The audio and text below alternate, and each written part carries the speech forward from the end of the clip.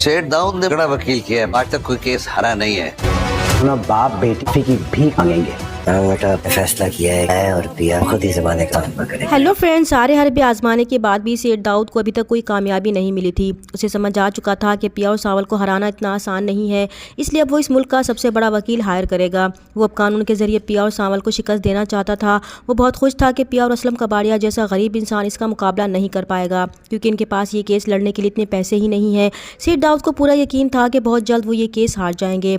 जब वकील वहीद को ये बात मालूम होती है कि इसके मुकाबले में सेठ दाऊद ने मुल्क का सबसे बड़ा वकील खड़ा किया है, तो वो बहुत ज़्यादा परेशान हो जाता है। जब सावल पिया और असलम को लेकर अदालत पहुंचता है तो वहीद को परेशान देकर पूछता है कि सब खैर तो है, वो इतना घबराया हुआ क्यों लग रहा है।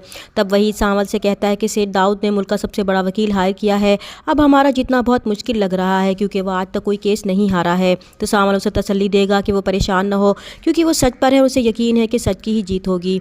अदालत में सेठ दाऊद का वकील पिया की इस वीडियो को बुनियाद बनाकर पिया की इज्जत दागदार करने की कोशिश करेगा और ऐसे दलाइल देगा कि जज भी वहीद की आवाज़ उठाने पर उसे खामोश कर देगा। वो इल्ज़ाम इतने घिनौने थे कि पिया सावल और असलम के वहमो गुमान में भी नहीं थे। अदालत के बाहर भी सेठ दाऊद का वकील पिया और सावल के बारे में वही बयान देगा जिसने अदालत के सामने रखे थे। इस पर असलम साहब बहुत ज़्यादा परेशान हो जाते हैं, इसलिए अदालत से वापसी पर वो पिया के सामने ही सावल से कहते हैं कि सावल बेटा, मैंने ये फैसला किया है कि आज से मैं और पिया खुद ही ज़माने का सामना करेंगे। अब तुम हमें छोड़ने और लेने के लिए आया जाया नहीं करोगे, क्योंकि मैं नहीं चाहता कि तुम्हारी वजह से पिया की इज़्ज़त पर मज़ीद कोई उंगलियां उठाए। ये बात तो सावल भी बर्दाश्त नहीं कर सकता था, इसलिए वो असलम साहब की बात का बुरा नहीं मनाता और इस वक्त उसके लिए पिया की इज़्ज़त से बढ़कर कुछ भी नहीं था। वो असलम साहब से यही कहता है कि मैं इस बात को समझता हूँ, इसलिए आप बेफिक्र हो जाएं, मैं आइंदा आपके साथ कहीं नहीं जाऊँगा। इस तरह पिया और सावल के दरमियान दूरियां पैदा हो जाएंगी।